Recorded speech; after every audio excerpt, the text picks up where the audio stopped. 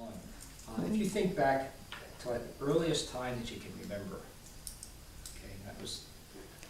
Well, I can remember a little bit about Birdsboro. See, Mom and Dad moved to Birdsboro, I guess after I was born, probably. They had a couple rooms in Aunt Margaret's house when they first got married. And then they moved to Birdsboro and rented a place. And I remember I would play with a boy. There was a boy around my age, and he wanted a knife. And he used to say, "It's a real knife, it's a real knife, it's a real knife." He got a knife, and he'd say, "It's a real knife, it's a real..." He was so happy with this knife. And that's about all that I really can remember about Birdsboro. So when was that? Well, that's before I went to school, like Be about 4 or something, So you were 3 or born 4. in I was 19 born in 1920. Okay, so you're like 24. Yeah. And Dot was very sick when we lived down there. She was really, really sick. She was born and 22 about. There's not quite 2 years there. she was 2 years. Yeah, younger. she's 2 years younger than me. Mhm, So she would be 1922 then. mhm. She was born. So they didn't live down there too long. I don't know when they moved down, but they moved up then to Seifert. Buck Clauser and Grandpa built those houses. In fact, the one Mom bought was the first one built. And they wanted to buy a house. They were renting in Birdsboro, and they wanted to buy a house. So Mom was born in Seifert, so she kind of, wanted to be up there. So Mom and Dad bought that house that they lived in, which was the first one.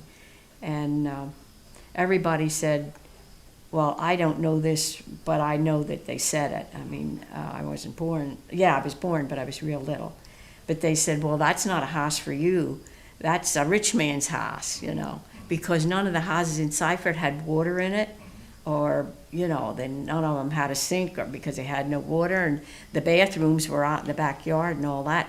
And here's this house with a bathroom, bathtub, toilet, kitchen with a sink and cupboards all around, and and big, how big it was.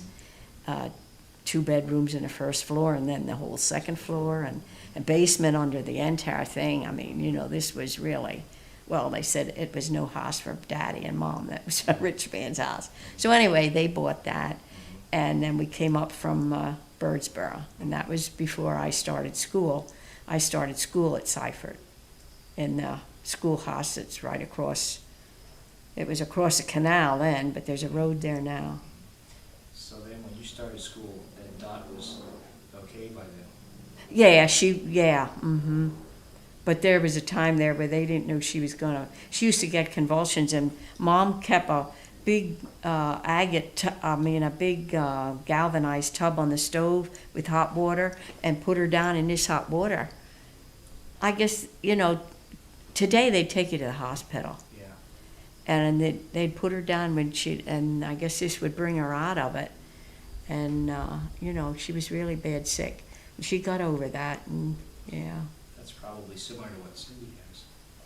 Well, I don't know. Cindy's was her heart. Her heart. I wonder what was bringing that on, the convulsions, that wasn't heart. Well, I don't know, I don't know what she had. I mean, see, I was pretty little. Yeah. But I know that she was, really bad. The doctor would come every day, and which, like I say, today they'd take you to the hospital, but back then the doctor just came to your house. But she got over that. But to this day, her teeth are not real good because she took so much medicine. Yeah. That's what she attributes it to. Mm-hmm. Okay.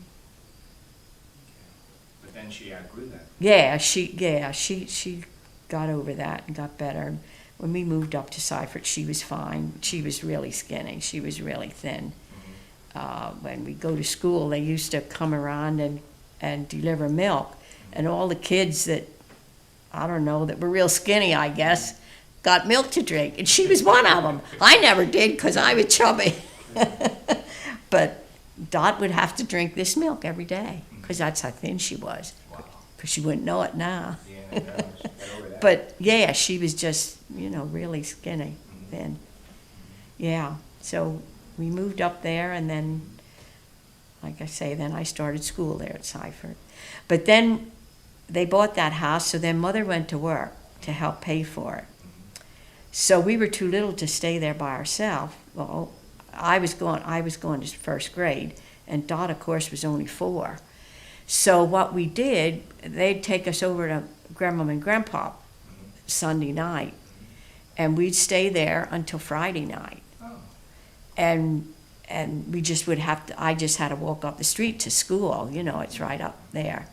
And we stayed there with Grandma and Grandpa until we were old enough that Mom and Dad felt like we could be there in the house, get up and go to school and come home, and then at that time then she'd tell us what to make, and we'd start making supper when it was time so that when they came home, why, it was started. And then by that time we'd have to do jobs like run the cleaner and dust, and then Mom didn't have to do that, And they were the only couple that bought their house, and all the other people that bought the houses that Buck built after that, every one of them moved out at night. Lost them, yeah. Mom and Dad were the only ones. And I know I used to walk up to Buck's and take the monthly payment, they paid it every month, so much on the principal and what, how that is. And I know he said if it wouldn't be for Mom and Dad, why, he wouldn't have made it, because he depended on their money to live, because nobody else was paying him. He had money in all these houses, and Mom and Dad were the only ones that kept paying every month. And I remember sometimes I'd walk up and give him the payment. I think I still have that book. wow. With that he'd write in, so much on the principal and that. And I remember walking up with it. But they were the only ones that held on to it. But Mom went to work, and, Mom and Dad were very, they didn't spend money foolishly, in other words. So Dad always had work, but during the Depression there, he didn't have a full week's work. But he always kept working. And, of course, as I say, Mom worked too. So they were able to pay it off, and we enjoyed that house. Where did she work? Well, Nanny, first she was a topper. She worked in a knitting mill. And those knitting mills closed up, and then she'd get a job at another one. And she kept going at that. And then I guess finally they all closed up around, the Berkshire. That was a great big lot. And the last place that she worked as a topper was Reamstown. Marie Hart and her were both toppers, and Marie's husband Les would drive them up to Reamstown, and I guess go up for them. And that was the last place. Then after that probably went out of business, which all the stocking factories did. Then she was head of the kitchen in at Sailors. You remember that. And she'd come home and bring goodies, fancy pastries and that home, remember? And she liked that, because she liked to cook. She was a good cook, and she enjoyed that. So then she worked there until Daddy retired. And of course she was a year younger than him, so she could have worked another year, and they wanted her to badly. But she said no when he was 65, and he had to retire then. Then they made you retire when you were 65. They did it at the Birdsboro Steel anyway. And so Mom quit then. And then that was her last job. I remember that. Yeah, you remember that. So, the earliest you can remember then, you talked about in Birdsboro. Yeah, that. And then you moved to Cyphers. Mhm. That was about 1925. Yeah, it was before I went to school. I was probably 5 then. Started when I was 6, of course, in first grade. There was no kindergarten then. Do you remember like when you and Dot then Mm-hmm. And what are some of the earliest things you can remember, different things that happened? Well, we lived over with Grandpop and Grandmom. We had to go out to the backyard for the bathroom, I know that. And there was a pump. See, there's no water in the house. Halfway back, the riverbank was all the way back. Well, halfway back, they had a pump, you had a pump to get a drink of water and to get a bucket of water and bring it in, so you had water in the house to drink, or water if you wanted to wash your hands or whatever. You had a basin and, So I remember that. And also us kids, when school was over, where Uncle Harvey lived and Aunt Mary, and then where Dick lived, well, he built a garage there, but that was when I was a little kid. That was just a field there. It was just a lot there. And all the kids, Dot and I and Junior and Jeanette and Melvin Ludwig and Floss Ludwig, we'd all come there in this lot, and we'd play games like until dark. And we thought that was a big thing, and that was great. We could stay out there and play games, and we had fun and kick the can and 1 potato, 2 potato, nothing, that was bought that you played. You just played games that you made up, hide and seek, and just all games like that. And we'd do that every night after school. Then on the weekends, Friday night, we went over back with Mom and Dad, and then we were over there. And of course, we had roller skates over there. We had walks all around the house, and when you're a little kid, that was a big walk, And the basement, that's under the entire house, and that's a big area. So we'd go down there and roller skate, and other kids would be there roller skating, and we'd roller skate in the basement. We thought that was great. And then we had toys, Mom and Dad. We had little table and chairs and coaches, and every Christmas we'd each get a doll, and we'd get a set of dishes, and Daddy would repaint the table and chairs, I think, every year and make it look different. And we'd have all that stuff, and of course the second floor, that was our playroom. All our toys were up there. Now, if we wanted to, we can bring everything down or whatever we wanted and play wherever we wanted. But when we were done playing, upstairs it went.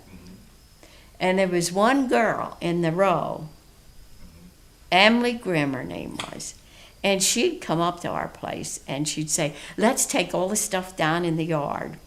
Well, down those steps and through the house and down some more steps, we'd get the table and chairs, the coaches, and all this stuff and the dolls out in the yard. We wouldn't be playing no 5 minutes, and she'd go home, and Dot and I would have to take all this stuff in through. It would make me so mad. And she did that a couple times. And of course, our toys, we'd each get a doll. Well, I wanted my doll to sit on a chair and be exactly the way it was when I got it. Dot's doll, she would comb the hair. She would wash the hair. She would cut the hair. She would take the clothing off and put other clothing on. Where her dolls, you can imagine what they look like. I didn't want her to touch my doll because I wanted my doll. I didn't want the hair combed, and I didn't want anything taken off. I wanted mine just perfect the way I got it. But she didn't touch my doll because I didn't want her to. But man, she put her doll through the ropes. She probably had more fun than me. But Mom and Dad also bought us a desk and a chair, and it was a roll-top desk, and I loved that. And I would sit at that desk and write on papers numbers and pretend I was working, and I'd sit at that desk and play, and she'd be over cutting her doll's hair and doing stuff like that. And I don't ever remember her saying, well, get up and let me sit at that desk. It was only one desk, but we never had any fights about that. And we had a bicycle, and it wasn't a high up seat like a bicycle. It was just a flat board with 2 wheels on the back and a wheel up front, and just one. It wasn't a scooter. It was a bicycle. You pedaled it, but it was like a kiddie car or something. Only it had pedals, It was just a flat wooden seat, and it was only one. But I never remember Dot and I ever fighting about that. In fact, I don't remember of us ever fighting when we were little. We just played. I guess she liked different things, and I don't know. I don't remember us ever having any fight, except, well, I did tell you about the dresser. We had to share that dresser. And I put a string down the middle, and I said, now this is your side, and because I didn't want her to mess up my side.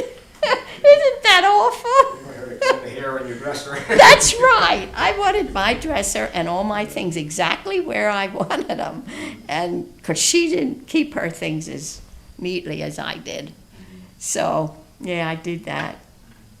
But we didn't fight about it. I just said, this is it. This is my side, that's your side. Oh, heavens. So we had we roller skate in the basement and around. And then there was kids over there, and we played then with kids over there, and they were boys, and they'd want to play baseball. And I didn't like to play baseball because one time I was a pitcher, and they batted the ball, and it came back and hit me on the head. I think that was the end of my baseball. I didn't like that. I didn't like that game. And, of course, I guess I should tell you, at the end of the row, that road, there's a hill there, goes up to the railroad. Well, in the wintertime, kids would have sleighs and come down that hill. And come down, then there's a road. Well, Mom and Dad, they were going away, and Dot and I were home. And they always told us we should never go up there on that hill. And we had a sleigh. Well, didn't we go up on that hill? And Dot, we're walking up, and don't somebody come down and run into Dot, and she falls and cuts her lip on the runner. Well, somebody in the row there came out and put whatever on her face. Well, we have to go home and tell Mom, here she is hurt. We went up on the hill, and we weren't supposed to.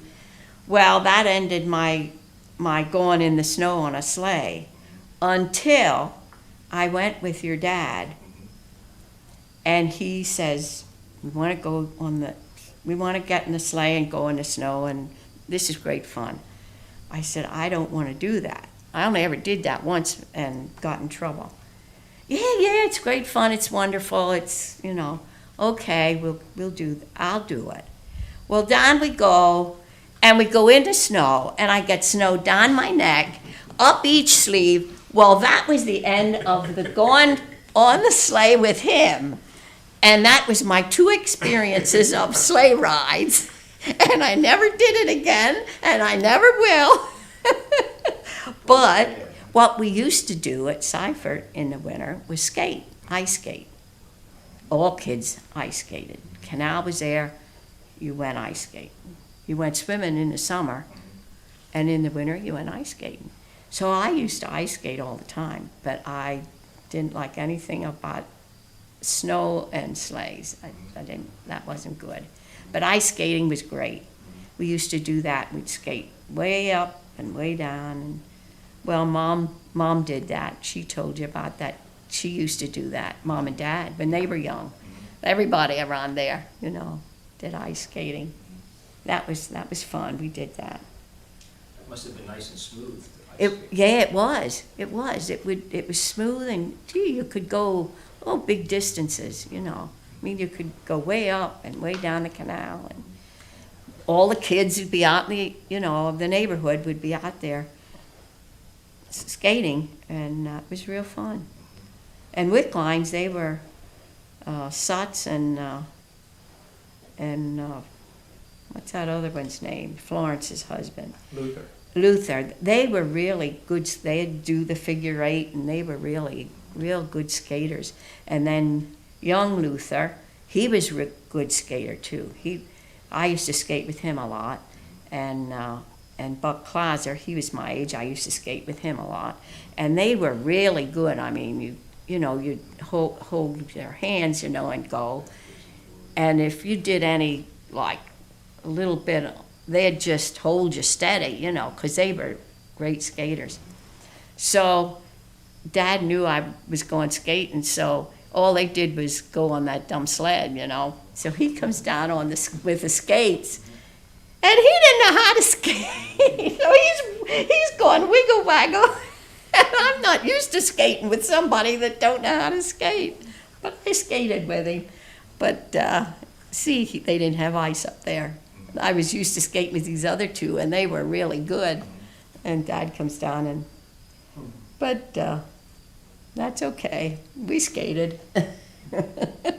He wanted to try that because he knew I was out there skating. When you started at Seifert, you went to grade school there. Yes. First grade, 1 to 4, was Miss Lena. And she was an old teacher. Well, she taught Mom. And nobody in Seifert wanted to say anything about her because she was old and she taught everybody in Seifert. So they just left her there, and she didn't teach you nothing. She didn't teach you at all. But she'd make cocoa so that the kids that came far that couldn't walk home, and she'd give them cocoa, and they'd put their sandwiches up against that stove, and it was dirty. And then every now and then, I just had to walk down to Grandmom's, It wasn't far. But every now and then we'd say, no, we want to take our lunch because we want to get some of that cocoa and put our sandwich up on that dirty stove. And every now and then we'd do that. It's a wonder we didn't get sick. But that was Miss Lena. She just, she'd make this cocoa. She'd go over and stir it, while school was on. And it was water and cocoa. It wasn't milk, And she'd give some to all the kids that had their lunch. Oh, so that was grade 1 to 4. Didn't learn much. But then all the kids, the bigger kids, would say, wait till you get upstairs. Because, Mrs. Luckenbell was upstairs. She's a good teacher. She taught me. Yeah, I know she taught you. And Loretta. Yeah, I think she taught Loretta. I think that was about her last year. Anyway, they'd say all this stuff. So when I got up to 4th grade, I sat there and had to cry. I was so scared I had to cry. And, because they were saying all this, wait till you get up there. But then she taught you. Then you had to stand up and you had to say the tables 1 through 12, standing up and say them out loud, at which I should have learned downstairs. It was hard on her. She had to teach you when you got up there what you should have learned downstairs. But I guess she didn't want to say anything either. But that was grade 4 till 8th grade. And I used to sweep the upstairs floor every night after school. And she'd give me 50 cents a week. And I used to do that. And I liked her. I guess she liked me because she had me do this. And that I could make 50 cents. And way back then, that was, I got 50 cents a week. And then also, the lady, Marion Kaiser, that lived in our house, that was who that house was built for. Well, she'd wash her head, and she couldn't twist them up and put a bobby pin in them, So she'd pay me 10 cents every time she washed her head. And I'd twist her hair and put bobby pins all over her head. Then she'd comb them out herself. I didn't have to do that. So those are my 2 jobs I had when I was a little kid. 50 cents a week from the school teacher and 10 cents a head wash from Marion.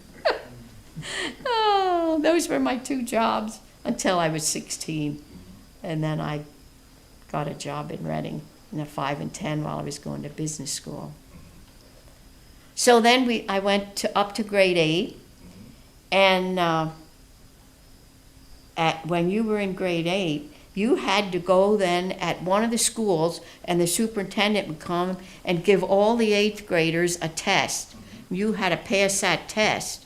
You couldn't just have your report card, and you had to take that test that he'd give before you could go to high school. And of course, I was scared to death, but I passed it. And then we went to high school at Birdsboro, which where I lived, Seifert, they'd pay the tuition, but you had to pay your way to get there. So when I first started out, I went in the trolley car that went around our house there. And I went in the trolley car. Then they took they stopped them and put buses on. Well, if you went to Birdsboro from Seifert, it cost 14 cents. From Gibraltar, it was only 7 cents. So Melvin and I were the two eighth graders that we walked when the trolley stopped. We walked down to Gibraltar, and then it only cost us 7 cents because it was depression.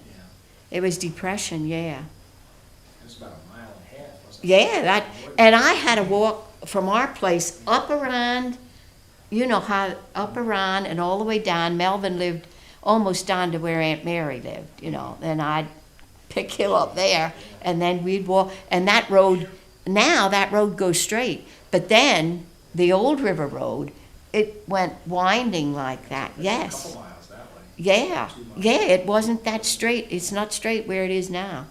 I had to go up around, and yeah, and we walked every day because then it only cost 7 cents a day. Mhm. And then when school was over, you don't know where the school was, I guess. It was pretty far away from Birdsboro Steel. I walked from the high school down to Birdsboro Steel, and I'd get in Daddy's car and wait till 5 o'clock when he'd get done, and he'd bring me home. So that way it only cost me 7 cents a day, because it was hard. It was depression, and there was no cafeteria. You carried your lunch, and there was no gym class, and there was no athletic, what do they call it? Well, gym class, and there was no cooking class or anything like that.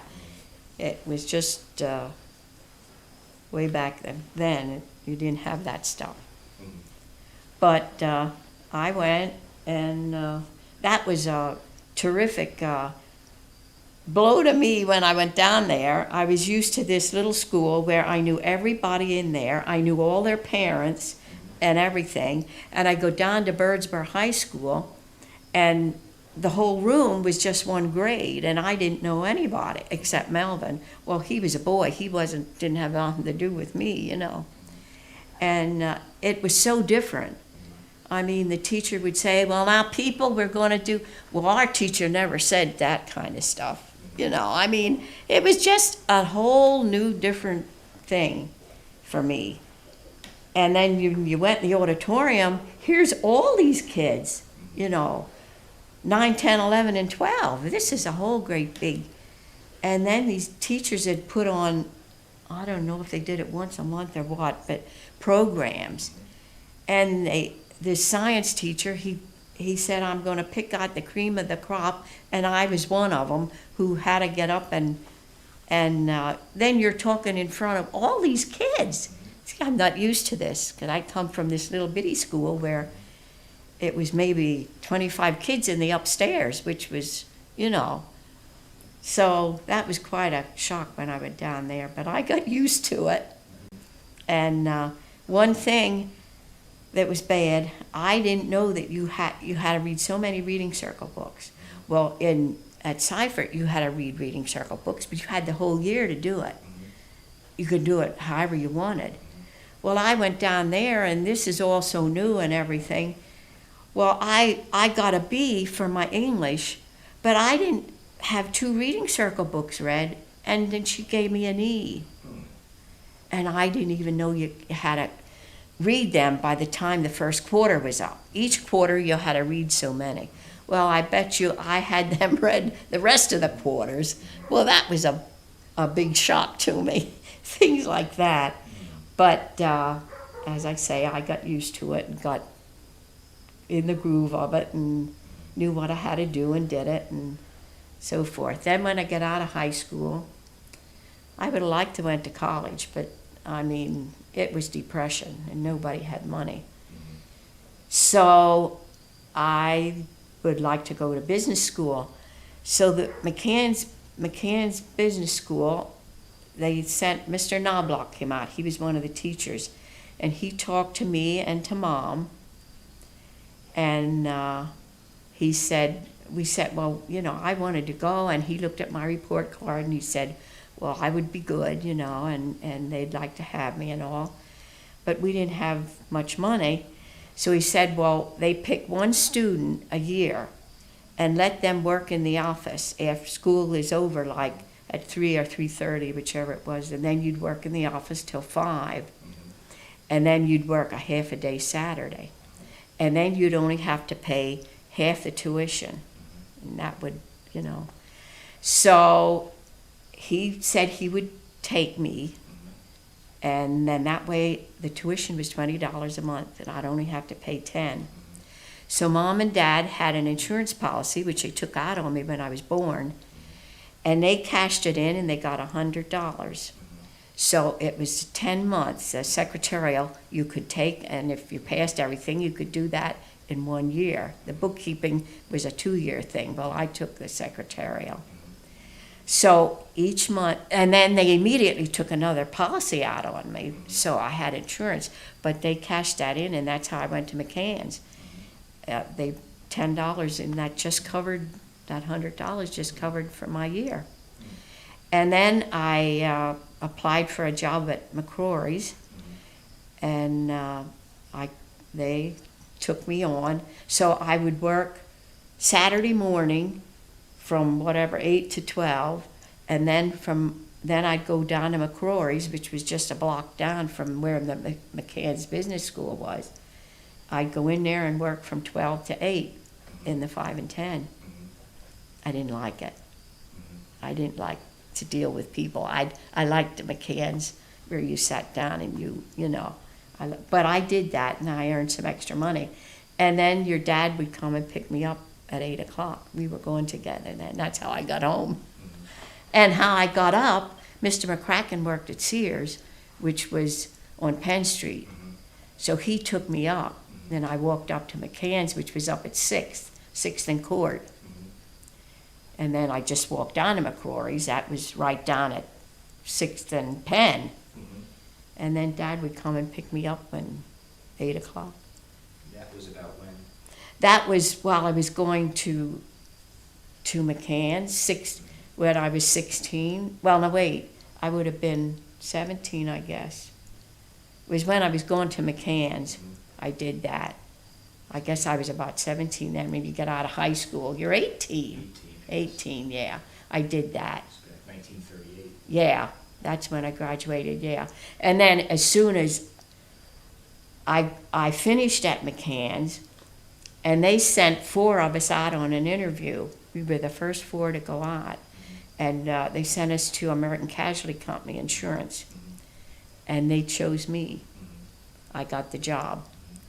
And it was bad. You couldn't get jobs then. You know, it was really hard. When I came back, they'd say, let me touch you. Let me touch you. Let me touch you. You have a job. You know, I was the first one to get a job. And then, of course, I quit the 5 and 10 because then I went and worked at American, the insurance company. And I liked that. I worked in the policy writing department. And I worked in there until I got married. And I got married, and then I gave 2 weeks notice. And then when that notice was up, I had to go up to Milwaukee by myself. He was stationed up in Milwaukee. And I went up there by myself. I guess I did tell you about that, but I got in the wrong train. Ready. Where the heck did I? Used to Mom be a and train in Dad. Birdsboro, too. Yeah, I didn't get on the wrong train there. Where did I get on the wrong train? It had to be Reading. And the guy said, you know, I told him where I was going, this red cap guy, put your luggage here. And then in I told him, you know, where I was going. And he said, come back then in so many minutes. And when I did, well, he had a whole bunch of people there and more luggage. And he put me on a train. And I just got on it. And I didn't ask anybody if this was going to so-and-so. And when the conductor came back through and looked at my ticket, he said, lady, you're on the wrong train. And my heart sank because, man, I never went anywhere I never went anywhere by myself. But luck would have it, the other train was behind us. And he stopped that other train and stopped this train at where it was no station. And he got me off of there with my luggage, and we're standing there, and it's about 12 train tracks there. And they stopped the other train, and he put me on the other train. Today, they'd never do that. But I'm thankful that he did it. So I got on that other train, and I thought, oh, if I only get to him, then I'm okay. And that train took me to Milwaukee, and I got off the train, and he was there, and then I was okay. So he took me down to a room that he had rented. Well, it was a bedroom and a little sitting area and a bathroom, and he took me down there one Saturday. The next Saturday, we're packing and we're moving on. We're moving to Randolph Field, Texas, because he was being sent to instructor school. So then I was with him. Then I didn't worry about getting places. It's probably better than Milwaukee. That's pretty cold in Yeah, Milwaukee. it was cold, and we didn't have our car, see. Yeah. I couldn't drive up there, so we used to have to walk, and I had my coat with a big fur around it. Then we went down to Randolph Field. I didn't need it down there. It's hot there. We were down there at Christmas time, over Christmas, and man, you could walk out without a jacket or anything. And down there, we had a motel. It's hard to get places. A motel room, and the bathroom, how a motel is. And that's where I stayed. And he was in Randolph Field, and he was supposed to stay there. He was not supposed to come off the field. And every now and then, he'd sneak out and come in there to where I was. And he'd bring me library books. So what am I going to do sitting there? Yeah. I'm out along a highway. It was no town. Yeah. This is just, along a highway. I couldn't go walking anywhere. So he'd bring me books from the field, and I did a lot of reading, and I wrote letters home and told Mom everything that was going on and what we were doing and so forth. And every time he'd sneak out, I'd be scared to death and catch him. I don't know if they would X you out of that or not, if they'd have caught you. But he didn't have a car, so he'd go out in this main highway and thumb it, and they'd pick up soldiers and take them into the field. So he never had a problem getting back and forth. But that's how that was. And then from there we went to Arkansas, and there we had a duplex, half of a house. They had them built just for the soldiers, for the officers. And Lenny we couldn't get home. We wanted to get our car. He got a cold and got on sick leave, and then then they'd give him leave to get off the field. But it was Christmas, and he couldn't get leave, because he had to be training these pilots, But he caught a cold. I think he did that on purpose. And he got a pass to get off the field. And we, of course, got in a train and went home. We rode all day Christmas Day, going home, which we were happy. And we got home, and Mom had our Christmas presents, and Dot had Christmas presents for us, and we had a good time. That was my first Christmas away from home. And we got home then anyway. And then we got our car and drove back. From then on, it was better. We didn't have to fool with the trains. And then we could get around, you know, and go places and that. So we just moved around then a lot, you know. We were there a year. That was the longest we were anywhere. Then they started closing the bases up, and Dad was one of the people that they took to do that. And we'd just go from one base to the other. He'd be there a couple months and close it up, and then we'd be sent to another base and do the same thing. And we were in Virginia when the war was over. We were making homemade ice cream. We couldn't get a place there, and one of the guys had a place that Dad knew when he was up in Greenland. And he looked him up, and he had a place, and his wife wasn't there. She was home. So he said, you can come in there with him. So we were staying with him in this place that he had, and we were making homemade ice cream, him and Dad and I, when it came over the radio that the war was over. I remember that. And I remember when war was declared, Dad was up in Newfoundland. We weren't married then, but he was up in Newfoundland. And I'm sitting in our living room, and Pop-Up has this big Zenith radio. He's sitting there in front of it, and I'm sitting over the side of the piano. It was a pink upholstered chair, well, like old rose. And the announcement came over that war was declared. And my heart sank then, because he was in the service and was up in Newfoundland at the time. So I remember the very spot I was and what I was doing when that was declared. And I remember what we were doing when it was over. So. When you were there with the old rose upholstery and the Zenith radio, Yeah. and Nanny and Pop-Up were there in the room with you, Mm-hmm. what did they have to say? Well, I don't really remember what they said. I don't remember.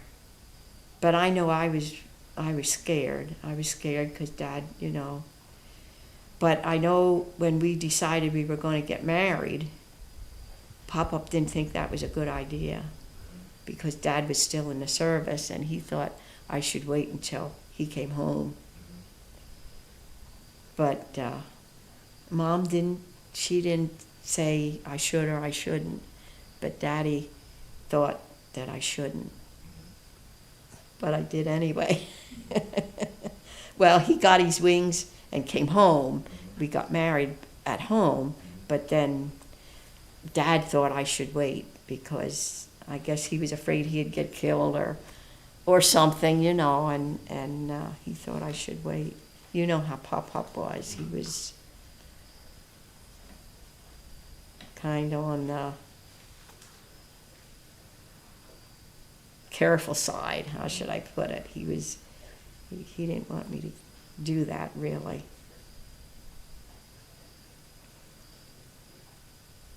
So then that takes up to 1945.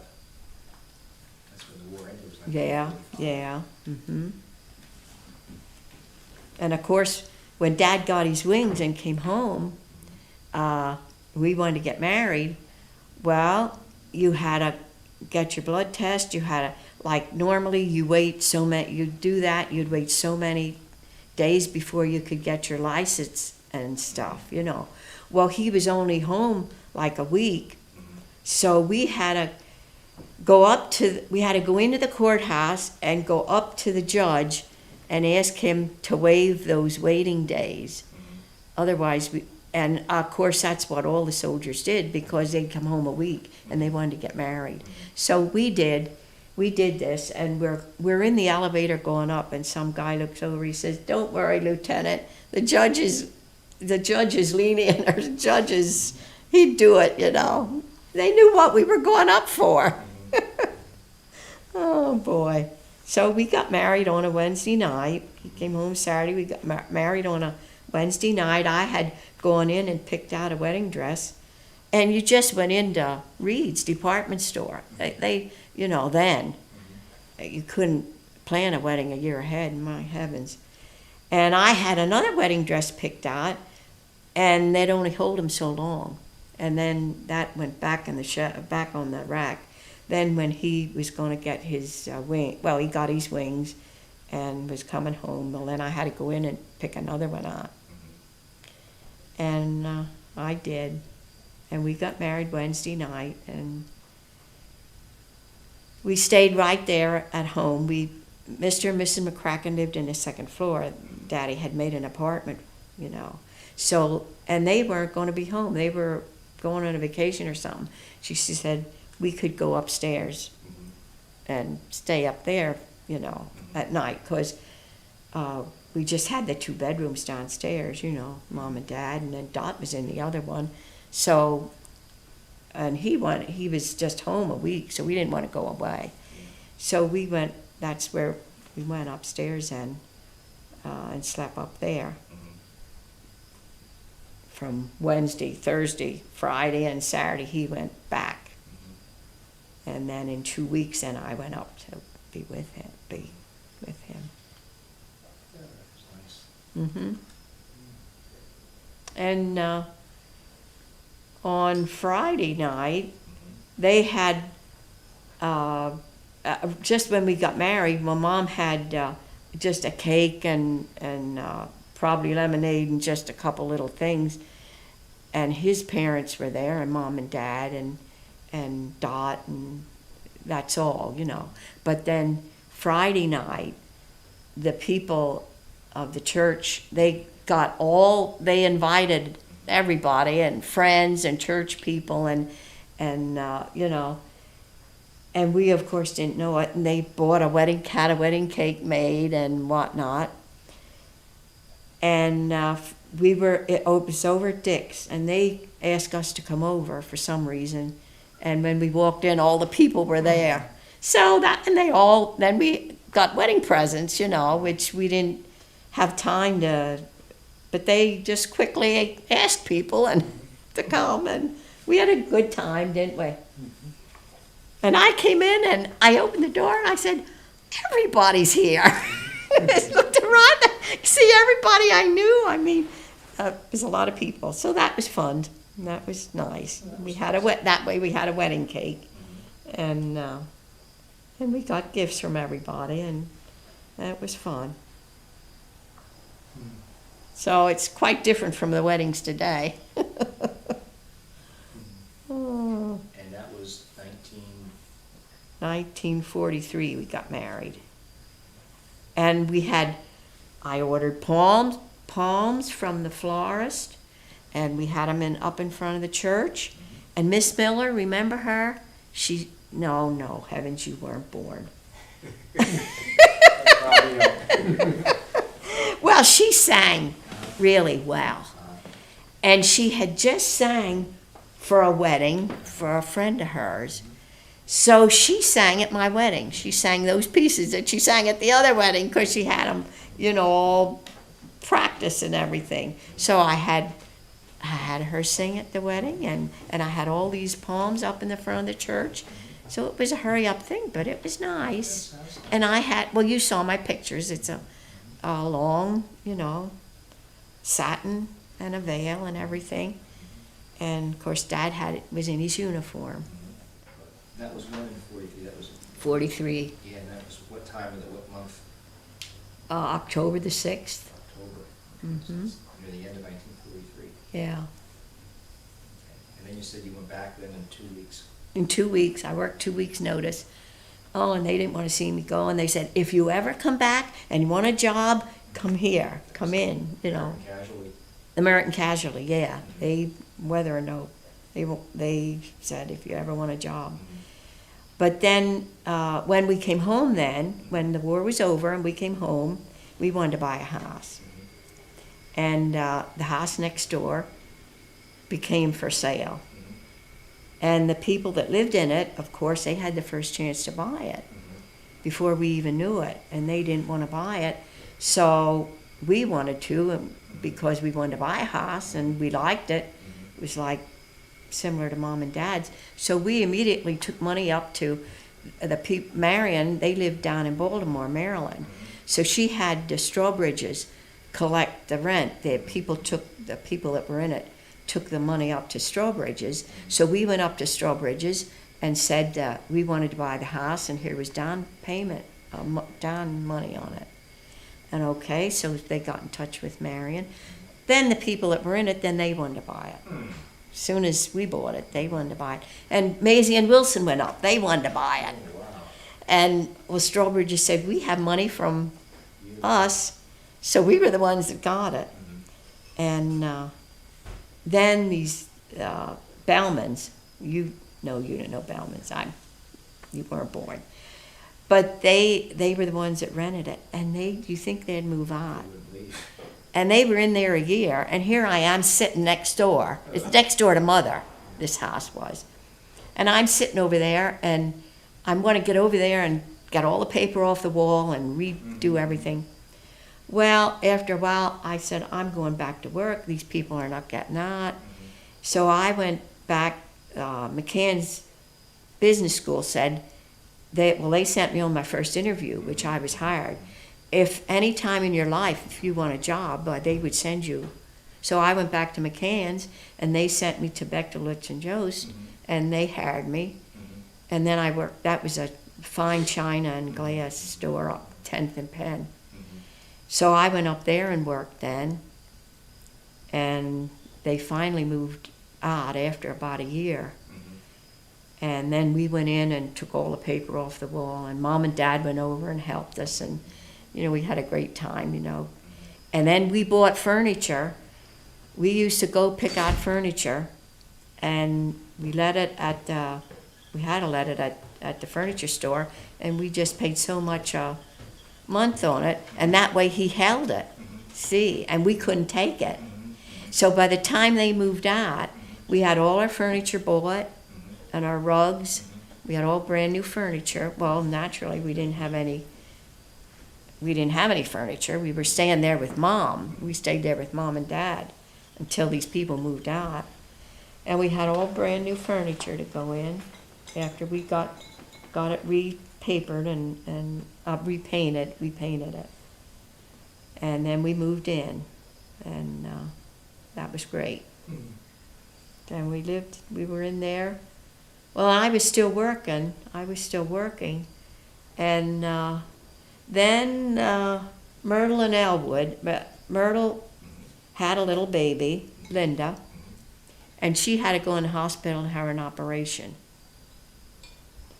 Well, I quit my job at Bechtel and Jost, and I said, I'll take her. She was just little. She was just born. And I took Linda over at my place, because when Myrtle came home from the hospital, she couldn't lift her, or she couldn't lift, I don't know what, she had some kind of operation in her stomach. She couldn't lift anyway. I had her then for a couple months. And, oh man, when they took her, then I cried. They were the day I'm walking around the house carrying her, and I'm crying her, and I'm crying, and she's looking at me. And we had fun, didn't we? So then we decided we'd have a baby of our own. And then I got pregnant, and we were so happy. And we had your room fixed, and we had a crib in there, and I bought all your clothing and washed it, put it in the drawers, and that was wonderful. And we looked forward to that, and then when the night my water broke. And so we called the doctor, and he said, go to the hospital. Dr. March, go to the hospital. Well, this was in the afternoon, 5 o'clock or something. Well, Dad wanted something to eat, so I made him something to eat. And we ate supper, and I said, well, I'll have to take my toothbrush and think. Well, he said, do you think they'll keep you? Well, Mom was having fits. Here we are, making something to eat and eating, and the doctor said, go right to the hospital. And Dad says, do you think they'll keep you? Well, we went up there. When we pulled up to the hospital, it was 7 o'clock. They have a big clock there. And he told us earlier, 5 o'clock, we should go to the hospital. And you were born about 11 o'clock, I guess. And I'm in there and, on the thing, laying there, and they say, well, you're dilated so far. And they said, did you and I didn't have no pain. they said, "Did you read books on painless childbirth?" I said, "No, I didn't read any books." But I did everything the doctor told me. He told me to walk a mile a day, and every day I walked from our house up to the railroad track. Would you say that's a mile, Gary? Yeah, it's about a mile. I'd walk up to the railroad tracks, well, and back every day. Whatever he told me, I did. So the doctor came in and he said, "Well, all you need is a couple good pains and, So anyway, I finally started to get pains and you were born, and that was a great time.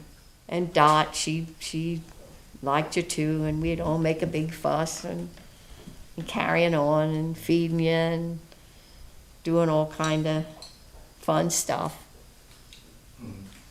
And then you and Bonnie, well, Bonnie was a little older than you. Then as you got a little bit older, why, you and Bonnie would play together, and then you would fight. And then we'd separate you. And then you'd bawl to be together. And then we'd let you be together again. Oh, that was, because, well, Dot lived there on the second floor then in the apartment, Mom's, and we lived right next door. So you two were right together all the time, really. And that was something. You'd fight, you'd play together, and then you'd fight, and that was. And Stuart, he wanted a little boy. He'd like to have a little boy, and of course he had two girls, and he used to call you Buster, and then you called him Buster. Yeah. Then we all called him Buster. So he didn't get the name Buster, but Stuart did. So Stuart ended up with the name Buster. Buster and Annie. Yeah, that was fun. Then you were about 4 years old. We decided, well, you ought to have a sister or a brother. So then I got pregnant again, and we had Loretta. And you were so proud of Loretta. When they came up to bring Loretta and I home from the hospital, you came up, and we had her crib all fixed then too, the same as we did when you were born. And we had soft toys around, and you brought some of the toys up so she'd, have a toy. And you were so proud of her. And when the butcher would come around, the butcher never got out of his truck. He'd come and he'd ring a bell, and you'd hear him, and then you'd go out and you'd get in his truck and say what you want, and he'd give you the meat and all that.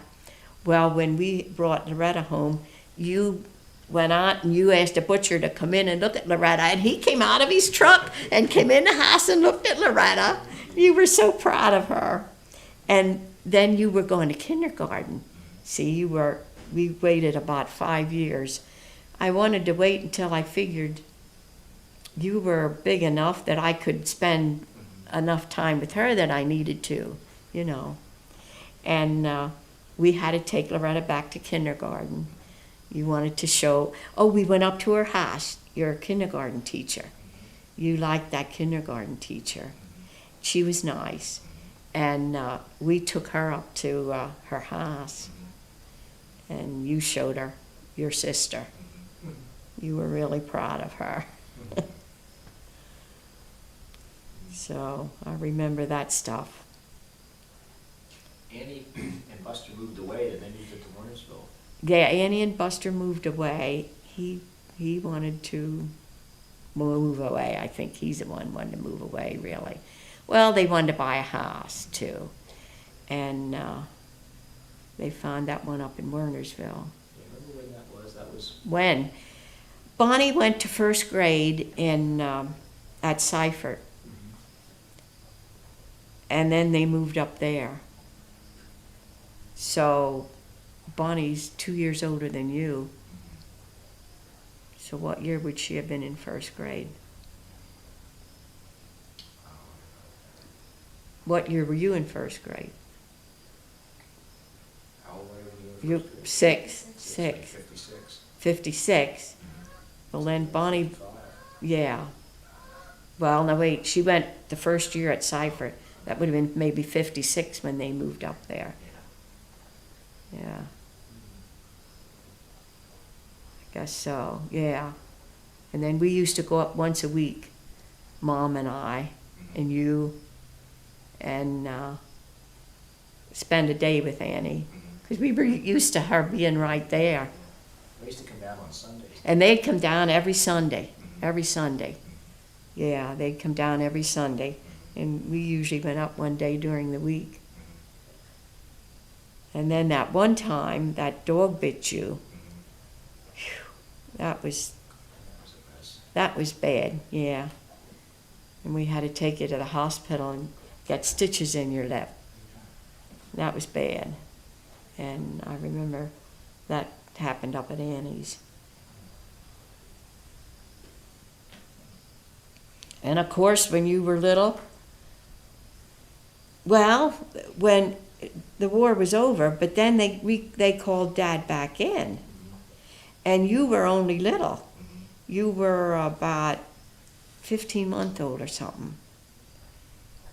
And I said to Dad, I will not take a little baby into some of the places that we had to rent, because little babies put their mouth on windowsills and, you know. I said, I won't do that. So we went and bought a trailer, brand new trailer. And then that was brand new and clean. And we bought it and we drove it right aside of our house. And then I brought everything out of the house that I needed for in the trailer, towels, you know, all that stuff, put everything in we needed. And he was up at Massachusetts, he was stationed. So we took you and went up with the trailer, got a spot up there, and he built a fence all around the yard because we were right along Main Highway again, the trailer court, so that you wouldn't, if you were out in the yard, you wouldn't get out of the yard because you were little. And that's when he got the that tank off the airplane, the gas tank. Put it on top of our car one time when we come home. That's big. Yeah, that was big. It's big, yeah. And then he started to make a little machine out of that. And he put on there Gary's rocket ship. And of course, you would like that. And all the kids in Seifert liked it. So and Bonnie liked it. You and Bonnie would get in that and he'd drive around and take all the kids in Seifert to ride in Gary's rocket ship. Now that was a fun thing. That was a fun thing. Then of course when you were, about 5? Loretta was, no wait, you would have been 6. Well, we used to come down here we first came down here on vacations. You were only, let's see, you were born in February, March, May, June, July. I was 6-month-old. And I brought everything. I brought your crib and your mattress, everything that went with it. I brought a little washing machine so I could wash your diapers out. They didn't have paper diapers then. They didn't have laundromats. I would have had to you had to wash diapers every day. So Dad bought a little apartment washer. We brought the crib, we brought the washer, we brought the stroller, and I must have brought all the clothing you had. I bought a lot of clothing. And we brought all that stuff down here for 1 week. We rented a place in Ocean Gate here for 1 week. And you would get awake at night. And the place we rented, we didn't know it. It was previously a funeral home. Honest to goodness, we didn't know it when we rented it. But the walls went up so far, and then they were open. So I guess it didn't matter if the dead people were in there. And, what we used to do, we'd rent a house with 3 bedrooms. Nanny and Pop-Up would have one, we'd have one, and Buster and Annie would have one. And you'd get awake and you'd cry. And Buster said he could hear us go down the steps, and we'd get your bottle and heat it and come up. And as soon as the bottle went in your mouth, you'd stop crying. He used to laugh about that. Because this was open, you could easily hear. Oh, I'll never forget that. And we had your stroller, you know, we could push you around. So we came down here every year. And then when you got to be 5 or so, and Dad said, well, it's so nice down here.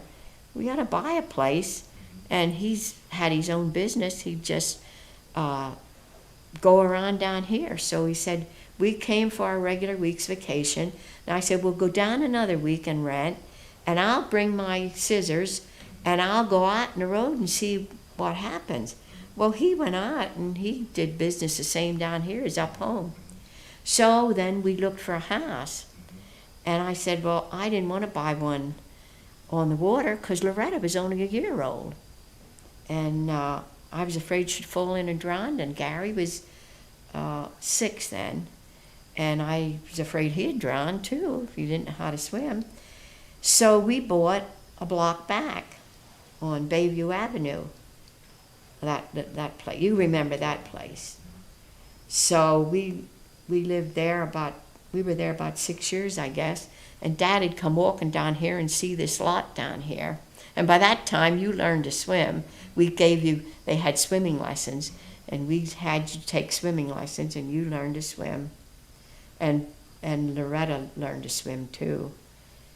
So he'd come down here and look at this lot and talk about buying this lot and being right on the water. I wasn't too hepped up about it, but he was. So finally then we talked to Area and made a deal with him to build a house for us over the winter. And we said, we went around and picked everything out, picked the linoleum, picked everything that we needed to pick before the summer. But before you kids, we'd get you when school was out, and then we'd stay down here till the day before it opened. And Dad worked down here, see. So we picked everything out before it was time for school to start, and told him, okay, build it over the winter, and we want it, when did we say we wanted it? April or something. And he did. And I think we came down one time during the winter, remember that, and while they were building. And then when we came down, when the time was up, it was built, it was finished, it was clean, it was ready to move in. And then we moved in. And we liked it down here then. Then I liked it. And the kids knew how to swim, and we enjoyed it down here. That place that you rented, you talked about, there was a funeral home. Do you remember where that was located? Yeah, we can point it out to you. Yeah, that'd be fun to know. Yeah, remember that. Mm-hmm. It's up here and back about a block. Mm-hmm. And yeah, that was funny. The they didn't go all the way up to the ceiling. They just went up. Oh, it's a wonder we didn't wonder why that was. Oh my lands. And I used to wash those diapers every day, and hang them out in the backyard. They had wash line up in that little apartment, wash machine, that first year. And we came down every year since you were 6-month-old, Gary. And then finally bought a place and been coming down ever since. And then we'd take you and Loretta over to Seaside, and you'd ride the rides and, enjoy all that stuff over there. We had fun doing that. The kids were little. And then, of course, when we got boats, and you would enjoy going fishing and going out in a boat. We all enjoyed going out in a boat and catching those blowfish. That was fun, and crabbing, and we all had fun doing that. Then Loretta wanted a sailboat, remember? And her and Dad went, and they got a sailboat. And then along the line somewhere, Pop-Pop thought you were old enough to take the boat out by yourself. And you could do it by yourself. That's when you'd get in it, and Sue said you'd go on your maniac ride. Yeah, that was fun for you to take it out. And then, of course, then Papa thought then he bought a little motor for Loretta to go on the pram, because he thought you could take the big boat out, and then she could do the little motor. And she enjoyed, and remember the first day she took it out, she went up and down and up and down, then she started to cry. She was afraid she couldn't get in the slip. Yeah. And you were laughing. You were standing out there laughing. We probably were all laughing, but she's going up and down, up and down. What did she finally do, run out of gas? I think she finally tried it, you know. I don't know why she could have stopped the motor and we could have gotten her in, you know. But she finally got in anyway. But that was a fun thing when she got that motor and so forth. And then as you got older, you brought friends down. And I think they had fun too. I know that one time, I don't know what the guys, we had a little kind of sofa thing. It wasn't very strong, and he sat down on it and it collapsed. It wasn't it was a cheap thing, but I remember him doing that, and I don't remember the guy's name. And I remember when Loretta had that Picton girl down, and you, I think, were working at the AMP, and they had watermelons. They were so good that year. And she came out of the kitchen, and we had steps to go down to the garage, that garage, we had a sofa and the television and everything. Well, she came out of the kitchen and started down the steps, and this watermelon fell, and of course it broke and went all over everything. I'll never forget that. Oh, that was funny. We had watermelon everywhere. That's funny. Yeah. Hmm.